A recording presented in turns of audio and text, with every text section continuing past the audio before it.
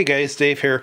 This is an unboxing of Vampyre Game of the Hunt for Dracula from TSR. I picked this up on eBay for, I believe it was like $35, including shipping. This is one of the most overpriced micro games from the 1980s, basically because it was made by TSR. It has a high price on it. I've seen this go for as high as $70, which is just ridiculous. I don't know if there's people who collect everything made by TSR, but anyhow, I needed it because I collect micro games from the 1980s, so eventually I have to have all of them. But I think the $35 price tag I paid isn't bad. This is unpunched. So anyhow, this says it's for 2 to 6 players, age 12 and up. As you see, it comes in a nice plastic container, and fortunately the container hasn't discolored. I have one of the other ones from TSR, the Alamo one, and the plastic turned all yellow. Also includes 2 dice. And looks like it's got a little business card on the back. Let's open it up. Haven't opened it yet, so hopefully it's complete. The person I bought it from said it was, so let's get everything out here. Oops, I just dropped the dice on the floor. Alright, so 2 standard TSR dice. Let's take a look at the book here. Book is 16 pages long. It looks like the last page is an appendix of useful items.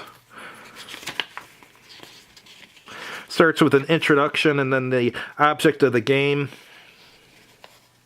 The game is a race between the vampire hunters to see who will be the first to find and destroy 3 of Count Dracula's hidden coffins. I guess that's the basic object of the game. Looks like there's an extended game you could play on the reverse side of the map. And that gives an explanation of the map encounters, and it's talking about Castle Dracula. Now it's going over movement and encounters. Oh, here's a sequence of play. That's the most important part of the rule book.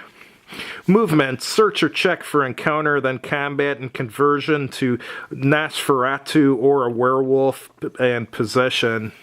So a pretty simple sequence of play.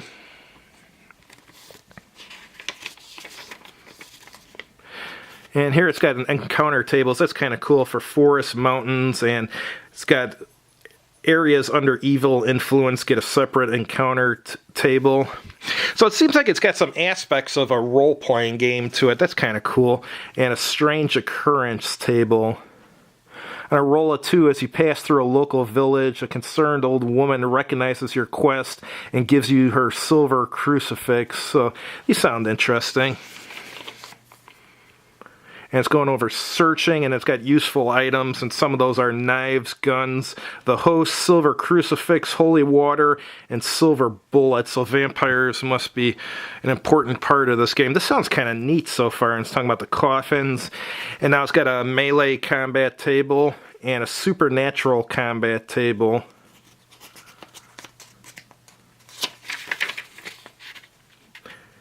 And it's got combat code letters. V is victory, W is wounds.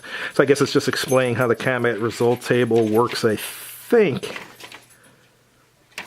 It's got another one called salvation. Bites, possession, fear, immobility, and then there's vampiric conversion. I guess you can turn into a vampire if you get bit. And werewolf conversion, standing stones.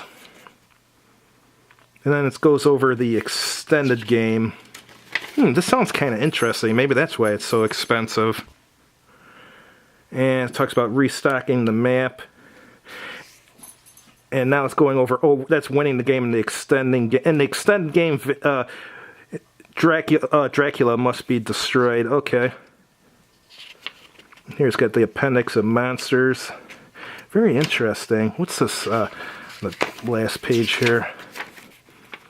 Not sure what that is.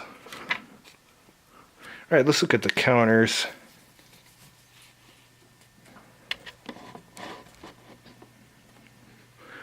Counters look, well, for the 1980s, those actually look pretty good.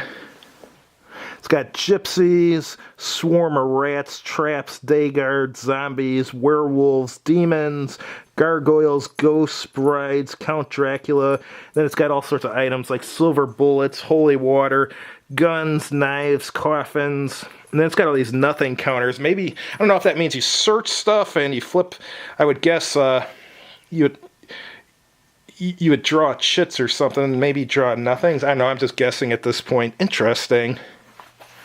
And down here, it's got Nosferatu counters and werewolf counters. Quite a few of them. I'm surprised there's more than one. That's interesting. Let's see what this is all the way down here.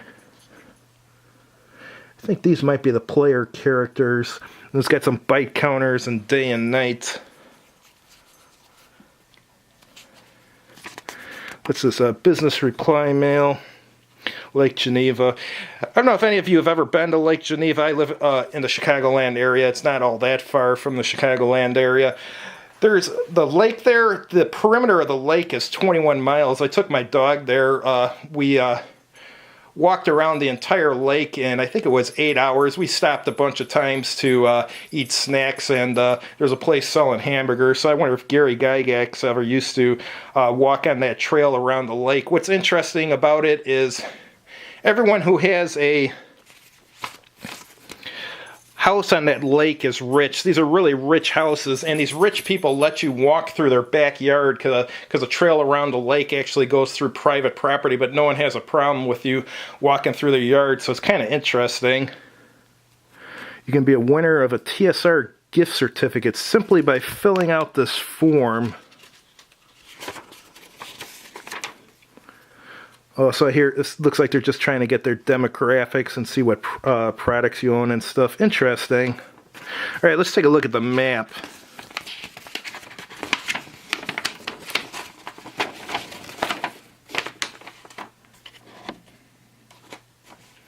Okay, so this one looks like Castle Dracula itself. It's got the different rooms and stuff. And, oh, 1981, I guess it was created. The other side... Well, it looks like the entire area there. You got Castle Dracula, Ruined Castle, Witch's Cottage, Old Abbey. This is a map of Transylvania. Interesting. So, after looking at the components, I can kind of see why people are charging more for this micro game than a lot of the others. I haven't played it yet, so I don't know if the game's good, but I don't know, it seems to be a step above the typical micro game from the 1980s. Anyhow, I look forward to reviewing it in the future, and if you like the video, please click like on the video, and if you haven't done so already, please subscribe to this channel, and as always, have a good evening.